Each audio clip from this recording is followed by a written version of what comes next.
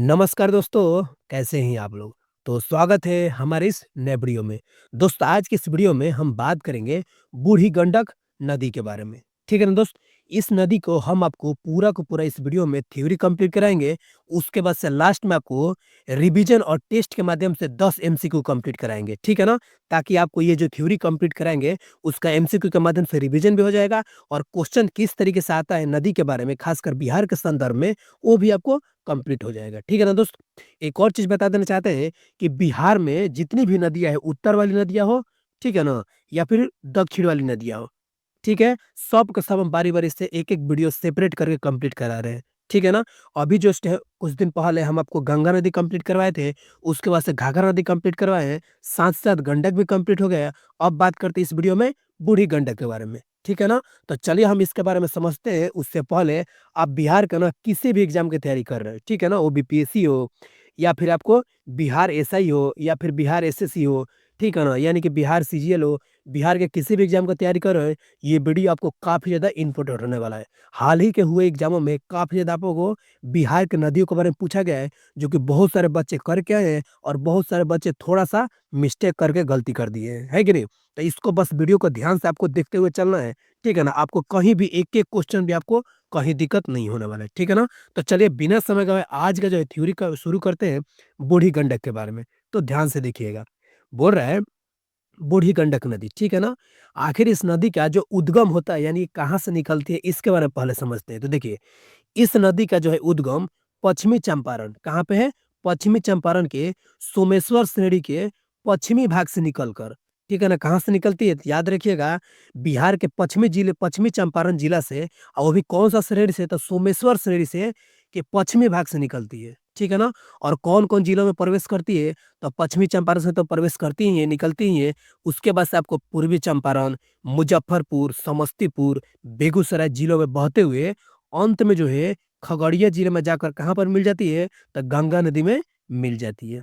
इसको आप ज़रूर याद रखिएगा, ठीक है ना? यानी किस जिले में जाकर गंगा नदी में मिलती है? तो खगड़िया जिले में जाकर गंगा नदी में मिल जाती है। निकलती कहाँ से है? तो पश्चिमी चंपारण से निकलती है। कौन-सा भाग से? तो सोमेश्वर श्रेणी के भाग से निकलती है।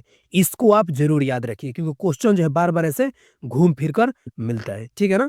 अब बात करते हैं कि इस नदी के ना है कुल लंबाई कितनी है? तो याद रखिएगा दोस्त, ये जो बूढ़ी गंडक नदी है, इसकी कुल लंबाई जो है 320 किलोमीटर है। टोटल कितना है? तो 320 किलोमीटर है। इसको आप ज़रूर याद रखिएगा, ठीक है ना? नेक्स्ट थ्योरी पे चलते हैं तो बोल रहा है कि इस नदी की जो अन्य सहायक नदियाँ है वो कौन-कौन सी है? तो सहायक नदियाँ ज़रूर याद रखिएगा। तो पहला जो है बागमती है, दूसरा मसान है, तीसरा जो है कमला है, चौथा कोहरा है, पाँचवा जो है बालोर है और छौवा जो है त्यूर है, सातवाँ धनौती है और तथा सातवाँ आठवाँ जो है पढ़ई है। इसको आप ज़रूर याद रखिए। ये इतनी सारी जो नदियाँ हैं, ये सब की सब जो है बूढ़ी गंडक की सहायक नदी है। ठीक है ना दोस्त? अब हम चलते हैं अपने अगले थ्योरी पे। एक छोटा-सा ये टॉपिक है, इसको आप ज़रूर एक बार ध्यान से समझ लीजिएगा ताकि आने वाले एग्ज़ाम में आपको कहीं भी दिक्कत ना आए। देखिए, बोल रहा है कि बूढ़ी गंडक का अन्य नाम यानी कि और किन नामों से इनको पुकारा जाता है? तो याद रखिएगा, जो ऊपर वाला भाग है ना, ऊपर वाले जिसे मानते हैं, ये जो मानते हैं बिहार हो गया, ठीक है ना? ये जो बिहार के बीचों-बीच से तो गंगा नदी निकलती है, तो ये वाला एरिया से ना पश्चिमी चंपारण से है, ये निकलती है, यानी कि सिकहराना बोल दीजिए या फिर बूढ़ी गंडक बोल दी। इसका उपनाम जो है सिकरहना, इसको बोला जाता है, ठीक है ना? तो इस वाले भाग को सिकरहना बोलते हैं, यहाँ से निकलते हुए जो है अपना आगे की तरफ जाती है, समझ में आ गया ना? तो इसको आप ज़रूर याद रखिएगा, ठीक है ना? अब बात करते हैं नेक्स्ट वाला थ्योरी, ठीक है ना? इसका अन्य नाम आप ज़रूर याद रखिएगा, सिकरहना। क्या नाम है? सिकरहना। वो भी ऊपरी वाले भाग में इसको बोला जाता है, ठीक है ना? अब जो है नेक्स्ट थ्योरी की बात करते हैं तो बेगूसराय में ना है बागमती नदी जो है बूढ़ी गंडक में मिल जाती है। बहुत बार क्वेश्चन पूछा गया है कि बेगूसराय में जो है बूढ़ी गंडक किस नदी में मिल जाती है? तो याद रखिएगा बागमती नदी में। किसमें? बागमती नदी में मिल जाती है। इसको आप ज़रूर याद रखिए। किस जिला में? तो बेगूसराय में। ठीक है ना दोस्त? तो देखिए यहाँ पर जो है हमारा पूरा का पूरा थ्योरी कंप्लीट होता है, जो कि एक छोटा-सा टॉपिक था, सोचे कि इसको कंप्लीट करा दें ताकि आपको कहीं भी दिक्कत ना आए। अब चलिए हम टेस्ट के माध्यम से यानी कि टॉप 10 क्वेश्चन कंप्लीट करवा रहे हैं। इस टेस्ट के माध्यम से आपको बताना है कि आपने कितने क्वेश्चन को कंप्लीट किया है। समझ में आ गया ना? तो चलिए इसको शुरू करते हैं। पहला जो बोल रहा है पहला एमसीक्यू बोल रहा है कि बूढ़ी गंडक नदी का जो उद्गम किस जिला से होता है? ठीक है ना? जिला की बात कर रहा है। ऑप्शन पे चलते हैं तो ऑप्शन नंबर ए है पश्चिमी चंपारण या फिर ऑप्शन नंबर बी है सिवान, ऑप्शन नंबर सी है छपरा या फिर ऑप्शन नंबर डी है गया। अब बताइए इसका सही आंसर क्या हो जाएगा? पूरा का पूरा थ्योरी में हम कंप्लीट कराए हैं और इससे निकल कर कोई भी क्वेश्चन बाहर से नहीं आने वाला है, ठीक है ना?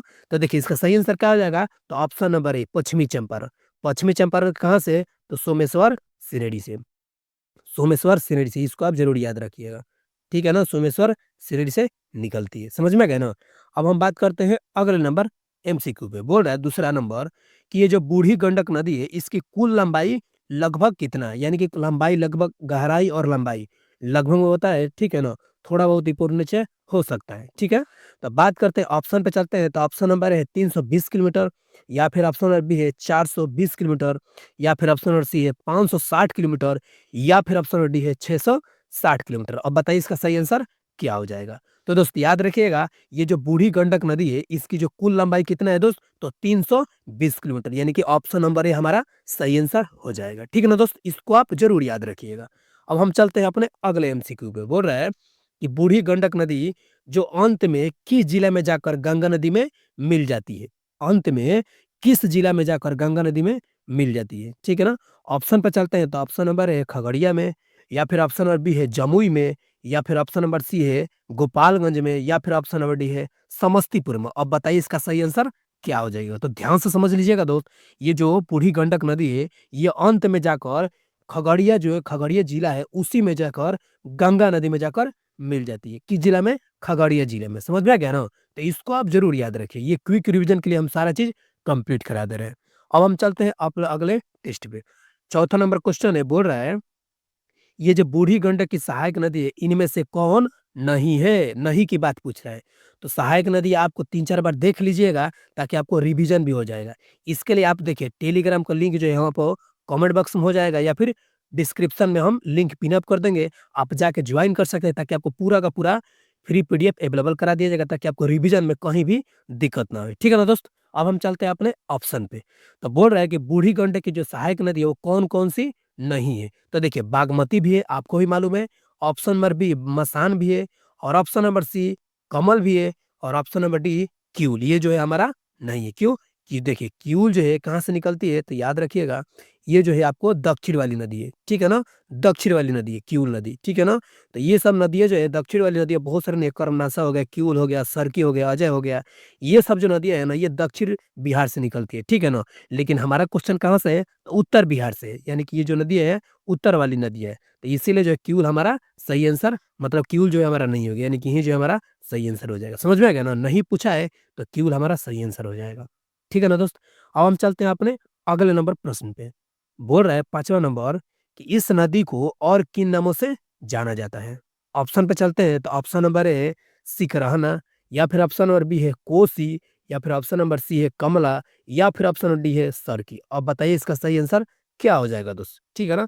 यानी कि बूढ़ी गंडक नदी है, इसके और भी किन नामों से जाना जाता है?